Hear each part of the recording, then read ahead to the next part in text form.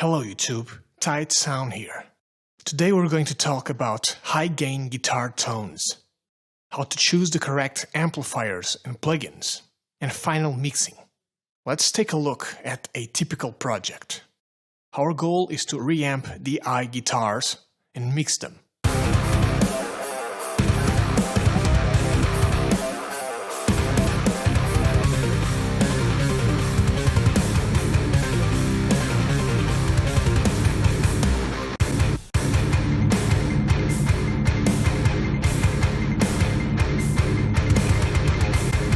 It all starts with good source direct tracks.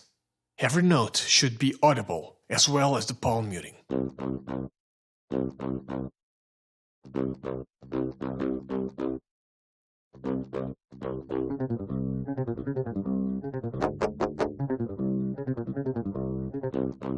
As they say, a clever person solves a problem. A wise person avoids it. So if you're using 10 different plugins to clean and correct your guitar tone, probably you should pay more attention to tracking. Here's a short list of things I do on guitars. 1. Setting up the amp sim. 2. Low end control. 3. Cleaning. 4. Tone correction. I do all these steps in isolation from the whole mix. And after that, I mix the guitars with other instruments using an equalizer and a compressor for limiting or emphasizing the attack of the guitar. I will not give you specific settings for your compressor or equalizer, but I will tell you about algorithms for you to make your own combinations and tones. 1. Setting up the amp sim. First, I set up 5 or so amp sims and listen to them in order. What am I trying to hear? I am starting with transients and sustain. If I like it, I listen how the amp sim is working on my attacks. They often disappear and notes lose clarity. The goal is to find a compromise between good sustain and the clarity of the notes.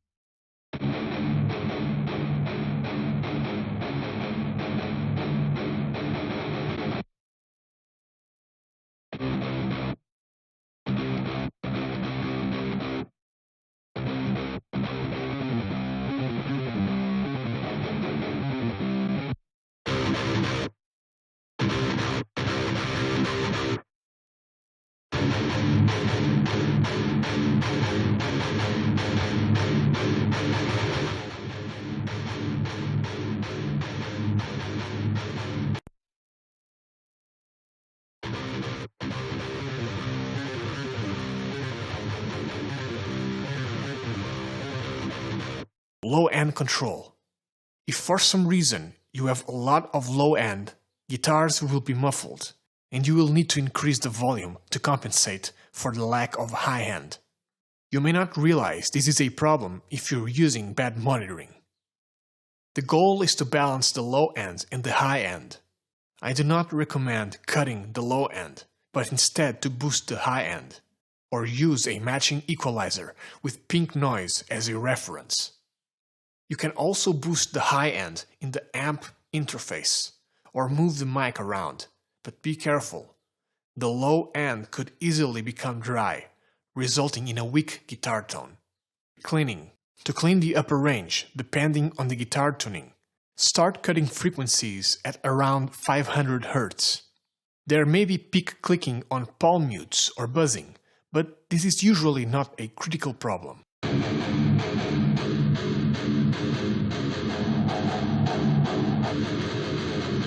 Then comes the cleaning of high end. You can do it the old-fashioned way by cutting hissing frequencies by ear, or you can use special cleaning plugins.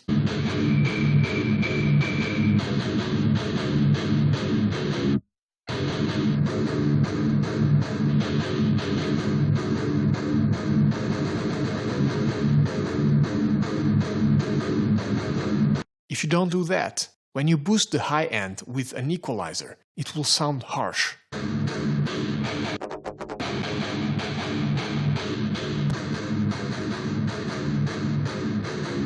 After removing harsh and unnecessary frequencies, we need to compensate this loss of high-end energy by boosting it again.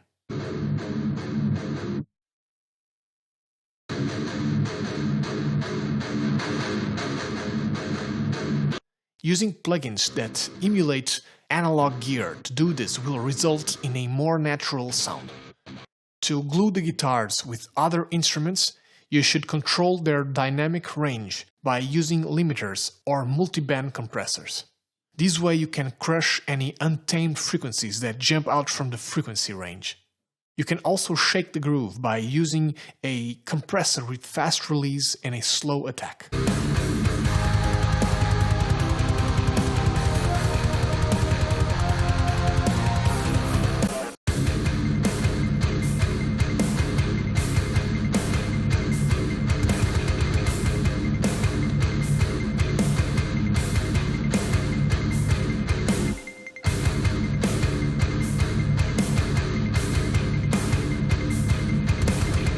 If after all that trouble your guitars don't sound good or sound out of your mix, then congratulations, you chose the wrong amp sim or cab impulse. Try again. Now I will show you everything mentioned above with my Guitar Helper plugin. It contains everything I talked about except compression and limiting. The 4 switches on the top are responsible for cleaning and tone correction.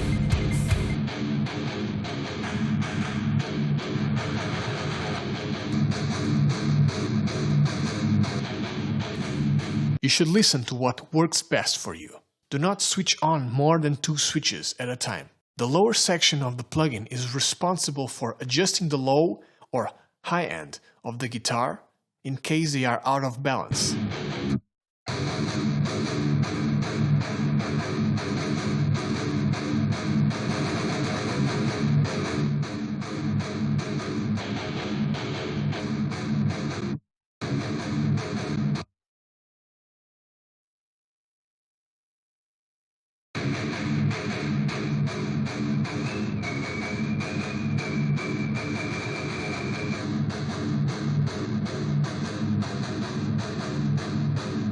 This plugin can be found in the description below with a good discount.